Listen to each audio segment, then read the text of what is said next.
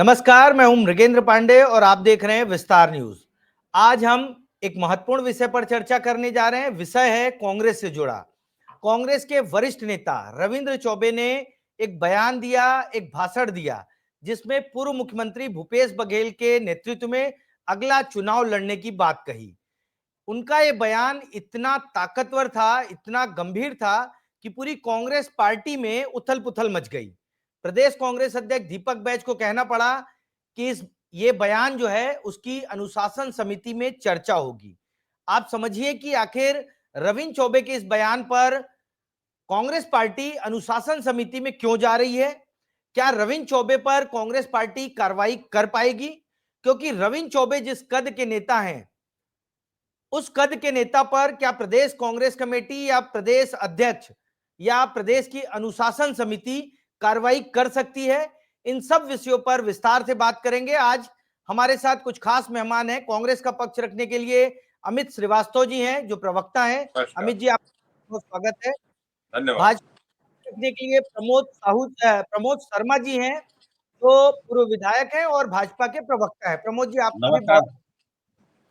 हमारे पत्रकार साथी खोमन साहू भी जुड़ेंगे, क्योंकि वो इस पूरे मामले को लगातार देख रहे हैं, कांग्रेस की पॉलिटिक्स को, रविंद्र चौबे के बयान को, और आज क्या हुआ, इन सब पर बात करेंगे। शुरुआत अमित श्रीवास्तव जी आपसे करूंगा। क्या रविंद्र चौबे पर कांग्रेस पार्टी कार्रवाई कर सकती है? देखिए, मैं आपको बताना चाहता हूँ, रविंद्र चौबे जी 7 बार के विधायक रहे हैं, मंत्री रहे हैं, मध्य प्रदेश में मंत्री रहे हैं। हम सबके बहुत ही आदरणीय हैं। मैं और कांग्रेस का एक एक कार्यकर्ता उनका बहुत सम्मान करते हैं। और मैं आपको बता दूं कि इस मुद्दे का पूरा पटाक्षेप हो चुका है, क्योंकि अभी एक चैनल पे, 2-3 चैनल पे मैं उनकी बाइट को देखा मैंने। उन्होंने ये कहा है कि दीपक बैज जी हम सबके छोटे भाई हैं और हमारे प्रदेश अध्यक्ष है, और उनकी अगुवाई में और डॉक्टर चरणदास महंत जी के नेता प्रतिपक्ष जी की अगुवाई में भाजपा से कांग्रेस बड़ी मजबूती से लड़ रही है। तो मुझे लगता है कि कल से जो एक नैरेटिव हम लोग बहुत सारे चैनलों में कल से डिबेट किए हैं इस विषय को लेके, और मुझे लगता है कि इस परिप्रेक्ष्य में मृगेंद्र जी उन्होंने कहा, मैं शब्दशः आपको बता देता हूं। उन्होंने कहा है, अर्थ लगाने में कोई आपत्ति नहीं थी, लेकिन अनर्थ जैसा अर्थ नहीं लगाना चाहिए। और उनकी दीपक बैज जी की अगुवाई में भाजपा से बड़ी मजबूती से हम लोग लड़ाई लड़ रहे हैं, और हम सबके वो छोटे भाई है, और मैं, मेरे दिल में उनके प्रति छोटे भाई होने के कारण बहुत ही सम्मान है। और मैं आपको बता दूं कि उन्होंने कहा कि मैं पूर्व मुख्यमंत्री जी के जन्मदिन पे गया था और मैं उनके शुभकामना संदेश दे रहा था, और कहते हैं ना कि उन्होंने जो कहा कि अर्थ लगाने में कोई आपत्ति नहीं थी, लेकिन अनर्थ जैसा अर्थ नहीं लगाना चाहिए। उन्होंने अनर्थ पर ही चर्चा कर लेते हैं। प्रमोद शर्मा जी, क्या लगता है आपको कि उनकी जो बॉडी लैंग्वेज थी, या उसके बाद दीपक बैज ने जिस तरह से कहा कि रविंद्र चौबे तो महाज्ञानी है, ये दोनों चीजें, क्या नहीं लगता अनर्थ नहीं निकाला गया बल्कि टकराव की स्थिति दिखाता है? प्रमोद देखिए, शर्मा जी। पहले तो ये कांग्रेस पार्टी का अंदरूनी मामला है। चूंकि इस विषय पे डिबेट हो रहा है तो कहना भी जरूरी है। माननीय रविंद्र चौबे जी के बयान से स्पष्ट होता है कि कांग्रेस पार्टी में किस तरह से अंतरकलह गुटबाजी स्पष्ट है। हालांकि शब्द रविंद्र चौबे जी के थे, लेकिन उनको बुलवाया कहीं और जैसे जा रहा था। माननीय भूपेश बघेल जी का एक नीति रहा है, फूट डालो और राजनीति करो। भूपेश बघेल जी ये चाहते हैं कि आने वाले समय में नेतृत्व मैं करूं और मेरे नेतृत्व में हो, और वो किसी को आगे बढ़ता हुआ नहीं देख सकते। इसीलिए माननीय चौबे जी का गुट, मतलब भूपेश बघेल जी का गुट, ये बात को कहने पे मजबूर हो गया, ताकि हमारे नेतृत्व में आने वाले समय में चुनाव लड़ा जाए। यहाँ कांग्रेस पार्टी में कई प्रकार की गुट है। सभी अपने अपने नेताओं को नेतृत्व में चुनाव लड़ाना चाहते हैं, सभी मुख्यमंत्री बनाना चाहते हैं। तो मैं ये कहूंगा कि ये पूरी तरह से कांग्रेस पार्टी का अंतरकलह है, जो बयान के रूप में स्पष्ट सामने में आया है। जी, खोमन साहू, आप लगातार उनके भाषणों को देख रहे हैं। रविंद्र चौबे जी के भाषण को देखा आपने, दीपक बैज के सामने तो आप खुद ही थे, दीपक बैज के सामने आप मौजूद थे, और अभी जो अमित श्रीवास्तव जी कह रहे हैं कि रविंद्र चौबे जी का बयान है, हालांकि हम उस बयान को भी सुनवाएंगे, हमारी टीम उस बयान को एडिट कर रही है। लेकिन मैं ये कह रहा हूं खोमन साहू जी, क्या नहीं लगता कि कांग्रेस की आंतरिक कलह का ही परिणाम है कि रविंद्र चौबे के बयान को इतना गंभीरता से लिया गया और इतना विवादास्पद बनाया गया, क्योंकि खुद प्रदेश कांग्रेस अध्यक्ष दीपक बैज का बयान आया है? हुमन, देखिए मृगेंद्र जी, जिस तरीके से जिस दौर से कांग्रेस पार्टी गुजर रही है, क्योंकि लगातार ये देखा जा रहा है कि चाहे चरणदास महंत का बयान सामने आता है कि टीएस सिंहदेव के नेतृत्व में चुनाव लड़ेंगे 2028 का, अब जिस तरीके से रविंद्र चौबे जी का बयान आया है, इसके पहले जिस तरीके से सतनामी समाज के लोगों ने कुछ दिन पहले मांग किया था, तो ये जो बयान सामने आ रहा है, पार्टी के नेता ही खुद बयान देते हुए नजर आ रहे हैं। तो जिस तरीके की स्थिति, क्योंकि आपने देखा था कि जो 2023 में जो विधानसभा का चुनाव हुआ था, यही जो वो सब कारण थे जिनके कारण कांग्रेस पार्टी को एक बड़ी हार का सामना करना पड़ा था। हालांकि सामूहिक नेतृत्व की बात अभी लगातार कांग्रेस पार्टी कर रही है, लेकिन एक दो सूत्र बता रहे हैं, अभी जो कांग्रेस भवन में बहुत सारे ऐसे जो विधायक है, पूर्व विधायक है और पार्टी संगठन से जुड़े हुए नेता जो है, वो उनकी चर्चा हो रही थी, क्योंकि अनुशासन समिति की जो बैठक होनी थी, हालांकि जो धीरेन्द्र साहू है उनका तबीयत खराब है, इस कारण से थोड़ा डिले हो सकता है, लेकिन इस पर कार्रवाई की बात हो रही है। इस पर एक चीज निकल कर सामने आ रहा है कि कार्रवाई कर देनी चाहिए, जो कारण बताओ नोटिस है वो जारी कर देना चाहिए, ताकि पूरे प्रदेश ठीक में है। एक संदेश देना चाहती है कांग्रेस पार्टी कि इस तरह के बयान से जो कांग्रेस पार्टी बिल्कुल भी बहुत खफा है, और ऐसे करने से जो 7 बार के विधायक रह चुके हैं उनके ऊपर कार्रवाई हो सकती है, तो किसी ठीक के है। ऊपर ठीक भी है। कार्रवाई हो सकती है। इस तरीके के संदेश अमित जो है कांग्रेस श्रीवास्तव जी, पार्टी अमित देना श्रीवास्तव चाहती है। जी, दीपक बैज जिस तरीके से कह रहे हैं कि अनुशासनहीनता बर्दाश्त नहीं है, पार्टी से बड़ा कोई नहीं है। रविंद्र चौबे जी ने जो भाषण दिया, हालांकि आप साफ कर रहे थे कि उन्होंने जन्मदिन पर भाषण दिया, लेकिन उनके भाषण के एक अंश को मैं भी बताना चाहूंगा। उन्होंने कहा कि भूपेश बघेल से बड़ा नेता कोई नहीं है इस प्रदेश में। और रविंद्र चौबे का जो है, हालांकि भूपेश बघेल उनको अपना राजनीतिक गुरु मानते हैं, लेकिन जब सरकार थी तो दो ही लोगों से वो राय लेते थे, एक रविंद्र चौबे, दूसरे मोहम्मद अकबर। आपको नहीं लगता कि पार्टी से बड़ा नेता बताने की कोशिश कर रहे थे रविंद्र चौबे भूपेश बघेल को? मुझसे पूछ रहे हैं आप? जी, आप ही से पूछ रहा हूं। देखिए, मैं आपको बता दूं मृगेन जी, कांग्रेस की जो रीति नीति को लेके चले, कांग्रेस को जो सिद्धांत को लेके चले, कांग्रेस के अंतिम पंक्ति पर बैठे हुए अगर कार्यकर्ता को कोई पूछता है तो वही हमारा नेता होता है। और हर नेता चाहता है कि उसका नेता सर्वोच्च पद पे पहुंचे। मैं भी चाहता हूं मेरे नेता राहुल गांधी जी देश के प्रधानमंत्री बने, और बिहार में जो आलम है, जो जन सैलाब है, मुझे पूर्ण विश्वास है कि आने वाले समय में वो प्रधानमंत्री बनेंगे। लेकिन मैं आपको बता दूं, आपने ठीक कहा, जब पूर्ववर्ती हमारी सरकार थी और सबसे ज्यादा अगर कभी चर्चा पूर्व मुख्यमंत्री जी करते थे तो वो अपना बड़े भाई भी मानते हैं रविंद्र चौबे जी को, और हम लोग देखे हैं कि हमेशा प्रणाम करते हैं शुरू से, क्योंकि रविंद्र भैया बहुत सीनियर है। लेकिन आज उन्होंने कहा ना, तो मुझे लगता है सारे विवाद का जो विवाद एक बनाने का प्रयास किया जा रहा है, क्योंकि उन्होंने कहा कि मैं जन्मदिन पे गया था और जन्मदिन पे मैंने शुभकामनाएं संदेश दिया था, और वहां पर जो कार्यकर्ता थे उनके अनुरूप बात करते हुए मैंने ये बात को कही, मैं अपनी बात से पीछे नहीं हटता। लेकिन उन्होंने आज क्लियर कहा कि हम सबके प्रदेश अध्यक्ष दीपक बैज जी हैं, और नेता प्रतिपक्ष जी और दीपक बैज जी की अगुवाई में ठीक है। हम ठीक भाजपा है से बड़ी प्रमोद शर्मा मजबूती जी, से लड़ रहे प्रमोद हैं। शर्मा जी, जिस तरीके जी से रविंद्र चौबे जी ने नारा लगवाया कि कौन भाजपा से कौन लड़ेगा, कौन जिताएगा, और उधर से भीड़ से आवाज आई भूपेश बघेल, वो क्या आपको नहीं लगता कि पार्टी का एक बड़ा वर्ग, एक बड़ा गुट जो है वो भूपेश बघेल को फिर प्रदेश अध्यक्ष की तरफ ले जाना चाहता है और आदिवासी प्रदेश अध्यक्ष को कहीं ना कहीं कमजोर करने की कोशिश कर रहा है? सीधी सी बात है, वो तो स्पष्ट है। माननीय रविंद्र चौबे जी जिस हिसाब से वहां नारा लगा रहे थे, भूपेश बघेल जी का कसीदा पढ़ रहे थे, उससे स्पष्ट है कि एक गुट भूपेश बघेल जी को सामने में लाना चाहता है। उसका आप देखिए थोड़ा देर बाद माननीय दीपक बैज जी का बयान आ जाता है, ये उनका व्यक्तिगत मामला है।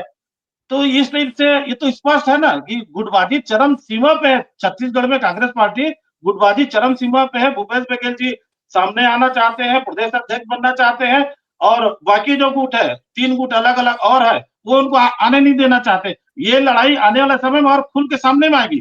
तो ये स्पष्ट है कि मतलब कांग्रेस पार्टी में अनुशासन नाम का कोई चीज नहीं है और एकजुट नहीं है। इसमें लगातार आपस में लड़ाई झगड़ा गुटबाजी होना ये आम बात है कांग्रेस पार्टी में।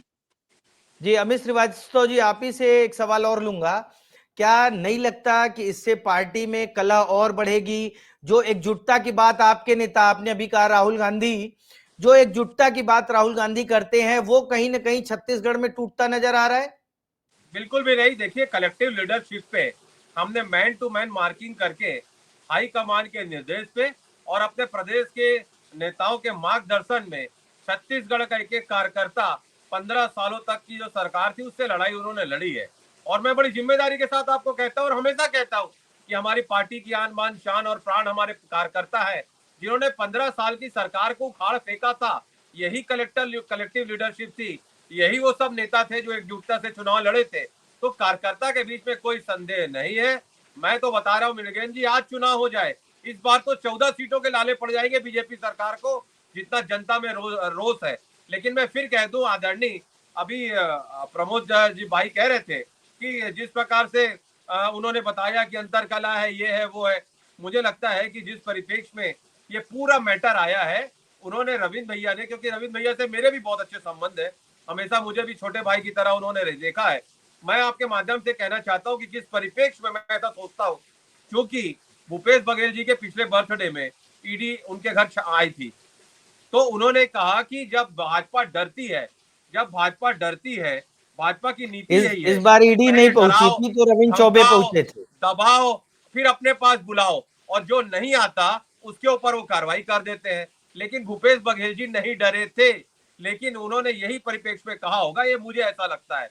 लेकिन आज उन्होंने जो बात एक क्लियर कर दी, मुझे लगता है ये मैटर यहीं पर क्रिस्टल क्लियर खत्म हो चुका है। और हम सब के नेता, हम सब के सर्वमान्य नेता, अगर कोई छत्तीसगढ़ में है, अमित जी तो ये मैटर खत्म कैसे हो सकता है? ये समझ लेना चाहिए बीजेपी के नेताओं को। जी अमित जी, ये मैटर खत्म नहीं हो सकता, क्योंकि कल ही दीपक बैज ने प्रदेश प्रभारी जो है सचिन पायलट, उनसे शिकायत की। इसके साथ ही करीब 20 से 22 नेताओं ने अलग अलग शिकायत की है। तो ये मैटर खत्म कैसे हो सकता है? क्या उनके भाषण और बयान के बीच अचानक चीजें खत्म होती नजर आ रही हैं? संक्षिप्त कमेंट लूंगा, फिर मैं खोमन के पास आऊंगा। अमित जी मेरे से हाँ, आप ही से पूछ रहे हैं आप? जी आपसे ही पूछ रहा हूं। 2 बयान उनके आए, एक कल परसों आया और एक आज आया है, और दीपक बैज ने तमाम शिकायतें की प्रदेश प्रभारी सचिन पायलट से। इसके अलावा और भी बहुत सारे नेता हैं जिन लोगों ने शिकायत की प्रदेश प्रभारी से। तो ये क्या एक बयान आने के बाद मामला पूरा खत्म हो जाएगा? आपको लगता है ऐसा? देखिए, निश्चित तौर पे एक बात समझना होगा कि हाई कमान का जिस प्रकार से पत्र आया था दीपक बैज जी को, लगातार वो सरकार के खिलाफ लड़ रहे हैं, पदयात्राएं कर रहे हैं। मैंने भी उनके साथ पदयात्रा की है, और मैंने देखा है कि जिस प्रकार से वो कार्यकर्ताओं की बातों को सुनते हैं, और लगातार हम लोग, मैं आपको बताऊं मृगेन जी, किसी सब्जेक्ट पे अगर हम उनको फोन करते हैं कि भैया आज इस पे टॉपिक पे, वो साफ बोलते हैं कि आप लोग पार्टी लाइन में आप लोग अच्छा कर रहे हैं, आप लोग जो बोल रहे हैं बढ़िया से बोलिए, कहीं कोई दिक्कत नहीं है। इतना फ्री हैंड कोई प्रदेश अध्यक्ष नहीं छोड़ता। बड़ी जिम्मेदारी के साथ मैं आपको बोल रहा हूँ आपके लोकप्रिय चैनल पे। उसके बाद जब डिबेट हो जाती है और हम लोग उनसे मिलते हैं, तो वो बताते हैं बाकायदा कि आपने ये वाला पॉइंट बहुत अच्छा लिया था। तो मतलब आप समझिए, अगर एक प्रदेश अध्यक्ष, आप एक प्रवक्ता का डिबेट को इतने माइन्यूटली से ऑब्जर्वेशन में रखे हैं, मतलब पूरी पार्टी में पैनी नजर है कि कौन क्या कर रहा है। और निश्चित तौर पे देखिए, पीड़ा तो होती है। अगर हम इतना अच्छा काम कोई कर रहा है और इस टाइप की बातें अगर आए, तो मीडिया में भी अगर बातें आती हैं, तो निश्चित तौर पे हमारे प्रदेश प्रभारी है सचिन पायलट जी, उनके समक्ष उन्होंने बात रखी, तो क्या दिक्कत है आप बताइए? निश्चित तौर पे बात तो रखी है कि ऐसा हो रहा है, और उनका जो निर्देश आया होगा उसको आगे फॉलो किया जाएगा। आपने कहा पीड़ा तो होती है। प्रमोद शर्मा जी, बिल्कुल सही बोले। लगातार दीपक बैज को पीड़ा देने वाली बयान कांग्रेस कर रही है, उसको बीजेपी कैसे देखती? क्योंकि ये पहला बयान नहीं है, इससे पहले डॉक्टर चरणदास महंत ने बोला कि टीएस बाबा के नेतृत्व में लड़ेंगे। तमाम नेतागिरी चलते रहती है कांग्रेस में। आप इस बयान को या आपकी पार्टी इस बयान को प्रमोद जी कैसे देखती है? देखिए, अभी बातों बातों में अमित जी भी इस बात को स्वीकार कर लिए। देखिए, रविंद्र चौबे जी तो सर्वनेता हैं, उनका सम्मान सभी करते हैं, कांग्रेस पार्टी वाले करते हैं, भारतीय जनता पार्टी वाले भी करते हैं। उनके बारे में तो बिल्कुल कोई टिप्पणी नहीं करना चाहेंगे, लेकिन उनका जो बयान है ये बहुत बड़ा मायने रखता है। देखिए, मैं कहना चाहूंगा, हमारे माननीय जो भूपेश बघेल जी है, वो छत्तीसगढ़ में किसी को बढ़ता हुआ नहीं देख सकते। अब पार्टी वाले अमित भैया इसलिए खुल के नहीं बोल सकते, लेकिन मैं थोड़ा सा इसमें प्रकाश डालना चाहूंगा कि माननीय भूपेश बघेल जी छत्तीसगढ़ में किसी को बढ़ता हुआ नहीं देख सकते, खासकर आदिवासी नेता को। अभी माननीय दीपक बैज जी का जो कद बढ़ते जा रहा है इनकी अपेक्षा में, तो उनको वो पच नहीं रहा है। और पिछले बार आप देखिए, मोहन मरकाम जी जब प्रदेश अध्यक्ष हुआ करते थे, जब मोहन मरकाम जी उनके कुछ बातों को दरकिनार करना चालू कर दिए, थोड़ा नेग्लेक्ट करना चालू कर दिए, तो एक चुनाव के वक्त उनको अध्यक्ष पद से हटा दिया गया और दीपक बैज जी को बनाए थे अपने उपयोग के लिए, प्रदेश अध्यक्ष बनाए थे। उनका उपयोग करते करते किए जब तक के अब समय आ गया तो उनको प्रदेश अध्यक्ष बनना है, इसलिए अपना स्थापित करने के लिए छत्तीसगढ़ में ये प्रदेश अध्यक्ष बनने के लिए इस तरीके से बयानबाजी करवा रहे हैं ताकि ना अब मेरा प्रदेश अध्यक्ष में कब्जा हो। और हो सकता है इसलिए हो कि भूपेश बघेल जी को ये भी मालूम है कि आने वाले समय में ईडी की गिरफ्तारी उनको होगी और ये सोच के रखे हो कि मैं कांग्रेस पार्टी का प्रदेश अध्यक्ष बन जाऊं, उसके बाद मेरी गिरफ्तारी हुई, ये बोलने के लिए हो जाए, ये भी हो सकता है। सीधी तरीके से स्पष्ट करना है कि कांग्रेस पार्टी वाले खुल के बोल नहीं पा रहे हैं, लेकिन कांग्रेस पार्टी की जो अच्छे नेता है वो भूपेश बघेल जी को पचा भी नहीं पा रहे, वो गले की हड्डी की तरह हो गए हैं, उनको निकाल ठीक भी है, नहीं सक रहे और छिपा भी नहीं प्रमोद सक जी रहे। ने एक नया एंगल दिया है खोमन कि उनकी ईडी से गिरफ्तारी हो सकती है, इसलिए वो चाह रहे हैं कि प्रदेश अध्यक्ष बन जाएं और उसका पॉलिटिकल माइलेज लें। खोमन, क्या लगता है ऐसा कुछ है? खोमन,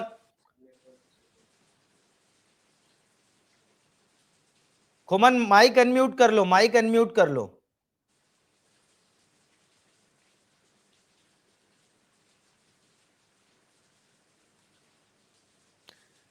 खोमन, तकनीकी दिक्कत है, खोमन से संपर्क नहीं हो पा रहा। मैं आपको वो 3 बाइट सुनवाता हूं जिसमें रविंद्र चौबे ने क्या कहा है, प्रदेश कांग्रेस अध्यक्ष दीपक बैज ने क्या कहा है और उसके जवाब में अरुण साव जो उप मुख्यमंत्री उन्होंने क्या कहा है। पहले आप ये 3 बाइट सुन लीजिए, 3 बयान सुन लीजिए, उसके बाद चर्चा को आगे करेंगे। है कि भूपेश बघेल जी अभी राष्ट्रीय परिदृश्य में अपना काम कर रहे हैं। आने वाले समय में ये कलेक्टिव लीडरशिप में वो छत्तीसगढ़ में आएंगे और कांग्रेस में सब माननीय दीपक जी का हाथ मजबूत करेंगे और उनके नेतृत्व में हम छत्तीसगढ़ में सरकार बनाएंगे। इसमें विवाद जैसी कोई स्थिति नहीं है। पर मैं आप सबसे भी चाहूँगा कि इस पूरे मसले में जो भ्रम लगभग पैदा करने की स्थिति बन रही है उसका पटाक्षेप होना चाहिए। सत्ता में रहती है तो अनुसूचित जाति, अनुसूचित जनजाति, अन्य पिछड़ा वर्ग को उपेक्षित करते हैं, शोषित करते हैं। हमेशा से इन वर्गों का वोट लिया पर इनके विकास और तरक्की के लिए कोई काम नहीं किया। पिछड़ा वर्ग हो, अनुसूचित जाति हो, अनुसूचित जनजाति हो, इनकी तरक्की और बेहतरी के लिए हमेशा किसी ने काम किया तो भारतीय जनता पार्टी ने काम किया है। ये किसी को अध्यक्ष बना दें, इनकी पोल खुल चुकी है। जब भी सत्ता में होते हैं इन वर्गों की उपेक्षा करते हैं, सत्ता में बाहर आते हैं इन वर्गों को फिर से लुभाने की कोशिश करते हैं। पर ये वर्ग बार बार धोखा खा चुके हैं कांग्रेस से, आने वाले समय में धोखा नहीं खाएंगे। किसी को भी ये अध्यक्ष बनाए कोई फर्क नहीं।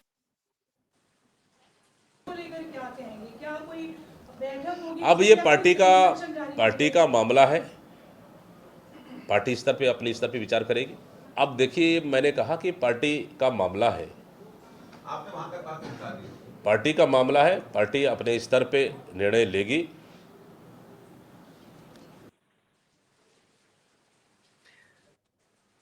तो आप लोगों ने सुन लिया कि तीनों नेताओं का क्या बयान है।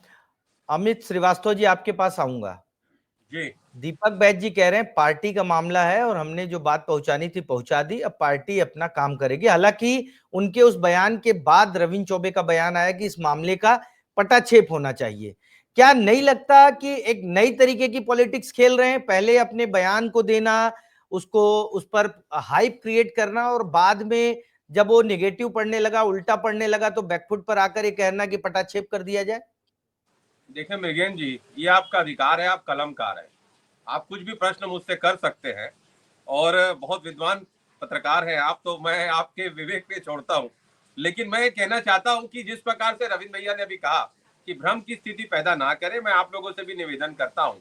और विवाद जैसी स्थिति अब नहीं है और निश्चित तौर पे मैंने जैसा आपसे कहा कि आदरणीय प्रदेश अध्यक्ष जी जो हैं वो उन्होंने अपनी बात जहां तक पहुंचानी थी बात को पहुंचा दी है। और जैसा मैंने कहा ना कि हम सब पार्टी के अनुशासन से बधे हुए पार्टी के सिपाही हैं, we are the soldier of Congress party. और जब अगर कांग्रेस पार्टी का एक एक कार्यकर्ता जो है उसका एकमात्र लक्ष्य है कि सरकार को उखाड़ फेंकना है, क्योंकि यहाँ पर जिस 18 महीने में जो आज जनता त्रस्त है, सरकार मस्त लेकिन है। प्रमोद शर्मा जी कह रहे हैं, अमित जी, लेकिन प्रमोद शर्मा जी कह रहे हैं कि ईडी की कार्रवाई होने वाली है भूपेश बघेल पर, उससे पहले प्रदेश अध्यक्ष बन के वो पॉलिटिकल माइलेज लेना चाहते हैं। देखिए, दो बात है। आदरणीय प्रमोद भाई मुझको बता रहे हैं कि डर, मेरे माध्यम से वो डरवा रहे हैं।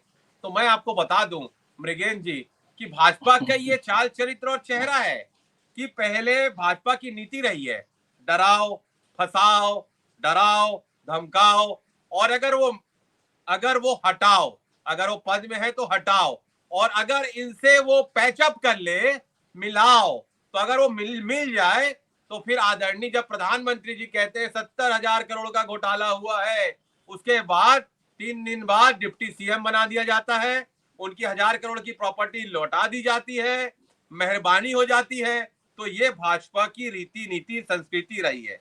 लेकिन मैं आपको बता दूं कि कहते हैं ना, चट्टान से हम होंगे खड़े, चट्टान से हम होंगे खड़े, और उस रास्ते पे हमारा रास्ता है, और उस रास्ते पे हमारा रास्ता है, हम उस रास्ते पे चल पड़े हैं जो गांधी का रास्ता है। लेकिन आप समझ ले बातों को। मैं कहना चाहता हूं आदरणीय हमारे प्रदेश अध्यक्ष जी के विषय में कि निश्चित तौर पे वो जहां भी जाते अपने लिए जगह बना लेते हैं, उन्हें आता है हुनर दिल में उतर जाने का। मैंने बहुत सारे अध्यक्षों के साथ मैंने काम किया है, लेकिन इतना विश्वास अपने नेता, अपने कार्यकर्ता पे करता हो मैंने अपने जीवन में नहीं देखा। ठीक है, दीपक बैज काफी युवा हैं और उनको अपनी टीम अच्छी बनानी भी चाहिए, लोगों पे आदरणीय भरोसा। विद्याचरण प्रमोद शुक्ला शर्मा जी जी, मेरे नेता, प्रमोद शर्मा जी राजनीतिक के पास आऊंगा, उनके बाद नंद कुमार पटेल जी, और अब मैंने ऐसा अध्यक्ष देखा है। ठीक है। प्रमोद शर्मा जी, अमित श्रीवास्तव जी ने कहा कि आप डरा रहे हैं, आप बता रहे हैं बीजेपी की नीति है डराओ धमकाओ, और जब साथ आ जाए तो फिर उसको अच्छा बताओ।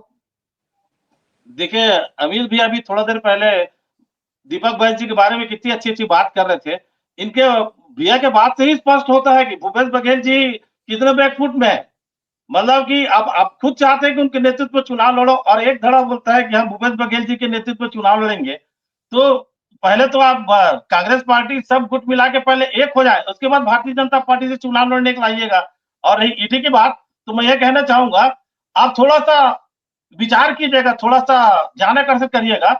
माननीय भूपेश बघेल के करीबियों के ऊपर ही ईडी का कार्रवाई क्यों हो रहा है? बाकी और आपके कांग्रेस पार्टी के नेता थे, मंत्री थे, उमेश पटेल जी, उनके ऊपर तो कभी आज तक ईडी का कोई कार्रवाई नहीं हुआ, ना कोई दाग लगा। टीएस बाबा थी, बहुत सारे नेता थे। माननीय भूपेश बघेल जी छत्तीसगढ़ में पद को कलंकित करने का काम किया है, अनगिनत भ्रष्टाचार से लिप्त थे, और ये बात कांग्रेस पार्टी खुद ये बात को समझ रही है। और वो, मैं फिर बोल रहा हूं आपके माध्यम से, वो कांग्रेस पार्टी के लिए गला की हड्डी बन गए हैं। ना उनको उगलते मर रहा है, ना निकलते मर रहा है। भूपेश बघेल जी को आप लोग चाह के किनारे नहीं कर सक रहे, एक धड़ा उनके साथ में खड़ा हुआ है। अरे गुटबाजी चरम सीमा पे। आप देखिए, उनके कार्यकाल में तो जितने करीबी थे सब किसी न किसी भ्रष्टाचार में लिप्त है, उन सबके ऊपर कार्रवाई हुई। क्यों? क्योंकि माननीय भूपेश बघेल जी हर विभाग का दायित्व देके रखे थे। आप इस विभाग की जवाबदारी आपकी है, आपको वसूलने की, कभी इस विभाग की दायित्व था। ऐसा करके उनके सारे कर्मियों के ऊपर इसलिए ईडी का कार्रवाई हो रहा है। जो जैसा करेगा वैसा फल मिलेगा ही मिलेगा। ठीक है अमित जी, आप कुछ कहना चाह रहे हैं, आप जवाब देना चाह रहे हैं प्रमोद जी का, आप जवाब दे लीजिए, फिर मैं खोमन के पास आता हूं। देखिए, जनता की भावनाओं का घोषणा पत्र का नाम है कांग्रेस, जनता के विश्वास का नाम है कांग्रेस, किसान, युवा, गांव, गरीब, आदिवासी के विश्वास का नाम है कांग्रेस। सॉरी, मैं आदरणीय प्रमोद भाई से पूछना चाहता हूं कि आप बता दीजिए कि 3 साल बाद, या छोड़िए 3 साल बाद, हम आपकी आज की बात करते हैं, आपकी सरकार कौन चला रहा है, कौन सा गुट चला रहा है? आदरणीय साय जी चला रहे हैं, आदरणीय साव जी चला रहे हैं, आदरणीय विजय शर्मा जी चला रहे हैं, आदरणीय बृजमोहन अग्रवाल जी चला रहे हैं, आदरणीय रमन सिंह जी चला रहे हैं, आदरणीय टोमन जी चला रहे हैं, या प्रदेश अध्यक्ष किरण देव जी चला रहे हैं? ये आपको भी नहीं पता भाई साहब? ये तो पर्ची वाली सरकार है प्रदेश में, पर्ची दिल्ली से आती है, ये काम होगा। आप देखिए मंत्रिमंडल विस्तार में सब ताकते रह गए, पर्ची में जिसका नाम आया, दिल्ली से नाम चला, भोपाल में चेंज हो गया, नागपुर में बदल गया, डेट बदल गई, और बाद में किसी का नाम आ गया। तो आपको तो खुद नहीं पता प्रमोद भाई कि कौन चला रहा है सरकार। आप मुझे बताइए, मेरे ज्ञान को दुरुस्त करने का मैं बड़ी विनम्रता के साथ आपसे निवेदन करता हूं। भारतीय जनता पार्टी में सिर्फ विष्णुदेव साय जी की सरकार चलानी और विष्णुदेव साय जी के द्वारा संचालित हो रहा है और छत्तीसगढ़ की जनता में बहुत अच्छे अच्छे योजनाओं का क्रियान्वित हुआ है और हमारी सरकार साय साय चल रही है। हमारे भारतीय जनता थोड़ा पार्टी में सा किसी प्रकार का फूट नहीं है। देखिए, माननीय आप लोग मानते हैं साय साय, जनता इसे आए बाय सरकार कहती है प्रमोद जी। ये तो आपका चश्मा है। विपक्ष के पास कोई मुद्दा है ही नहीं है बोलने के लिए, इसलिए तो उंगली उठाएगी। पहले मैं नहीं, हम मेरा नहीं यही कहते, सलाह जनता रहेगा कहती आप है आए बाय साय सरकार चल रही है। आप देखिए आप अमित श्रीवास्तव जी इतने अच्छा वक्ता है, पहले इतने अच्छी अच्छी बातें बोलते थे, आज देखिए थोड़ा सा मतलब बैकफुट में आप अपने पार्टी की सफाई नहीं दे सक रहे, ये आप भी समझ रहे हैं आपके पार्टी में क्या गुटबाजी है। तो आप मैं फिर ये आपसे सलाह दूंगा मैं कि आप लोग पहले एक हो जाइए, फिर भारतीय जनता पार्टी से लड़ने के लिए आइएगा। पहले अपने पार्टी को एक कर लीजिए, अंतर कलह खत्म कर लीजिए और आपका नेता चुन लीजिए कि आपके कांग्रेस पार्टी में कौन नेता होगा आने वाले समय में, किसके नेतृत्व में चुनाव लड़ा जाएगा। प्रमोद भाई, बड़ी विनम्रता के साथ आपके मैं कहना चाहता हूं कि जब भी आप आईना उठाया करो, पहले खुद देखा करो, फिर कांग्रेसियों को दिखाया करो। ठीक है, ठीक है। खोमन के पास आऊंगा। खोमन, जिस तरीके से कांग्रेस पार्टी में अंतरकलह चल रही है और प्रदेश अध्यक्ष बनने की होड़ है, एक दूसरे का गुट, हर गुट चाहता है प्रदेश अध्यक्ष, क्या लग रहा है आने वाले समय में ये रविंद्र चौबे का मुद्दा अनुशासन समिति में जाएगा? इसके अलावा भी बहुत सारे जो मुद्दे हैं जो अनुशासनहीनता के हैं और तमाम चीजें हैं, क्या उस पर भी कांग्रेस पार्टी कुछ मंथन करेगी और इसे सॉल्व करने की कोशिश करेगी, या ऐसे ही बयानबाजी का दौर चलता रहेगा? खोमन,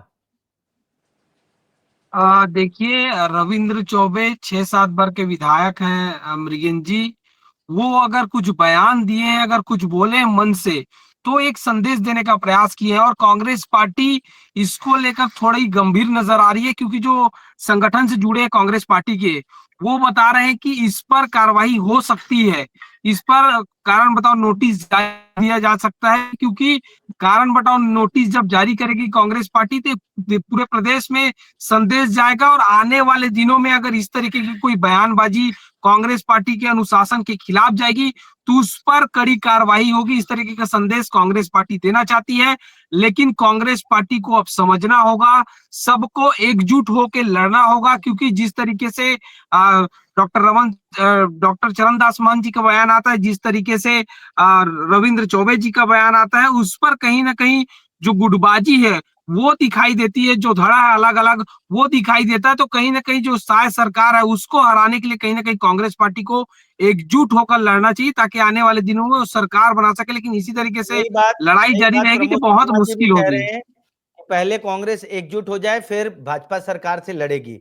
अमित श्रीवास्तव जी, आपका बहुत बहुत धन्यवाद। प्रमोद शर्मा जी, आपका बहुत बहुत धन्यवाद। आज पूरी चर्चा में जो बात निकल आई वो ये रही कि कांग्रेस पार्टी में बयानों का दौर, जो नेता, बड़े नेता, छोटे नेता और मझोले नेता लगातार जिस तरीके से बयान दे रहे हैं और बयानों के बाद विवाद हो रहा है। हालांकि रविंद्र चौबे जिस कद के नेता हैं, उस कद के नेता पर कार्रवाई करने का अधिकार प्रदेश संगठन को नहीं है, इसके लिए एआईसीसी में जाना पड़ता है, कांग्रेस का जो संविधान है। अब देखना होगा कि दीपक बैज क्या रविंद्र चौबे की सफाई के बाद इस पूरे मामले को खत्म मानकर शांत बैठ जाते हैं, या फिर इस मामले को लेकर एआईसीसी तक जाते हैं और ये बताते हैं कि इस तरह के बयान एक आदिवासी प्रदेश अध्यक्ष, एक युवा प्रदेश अध्यक्ष और एक ऐसा नेता जिसे राहुल गांधी और मल्लिकार्जुन खड़गे ने फ्री हैंड दिया है, उसे डैमेज करने के लिए इस तरीके से बयान दिए जा रहे हैं।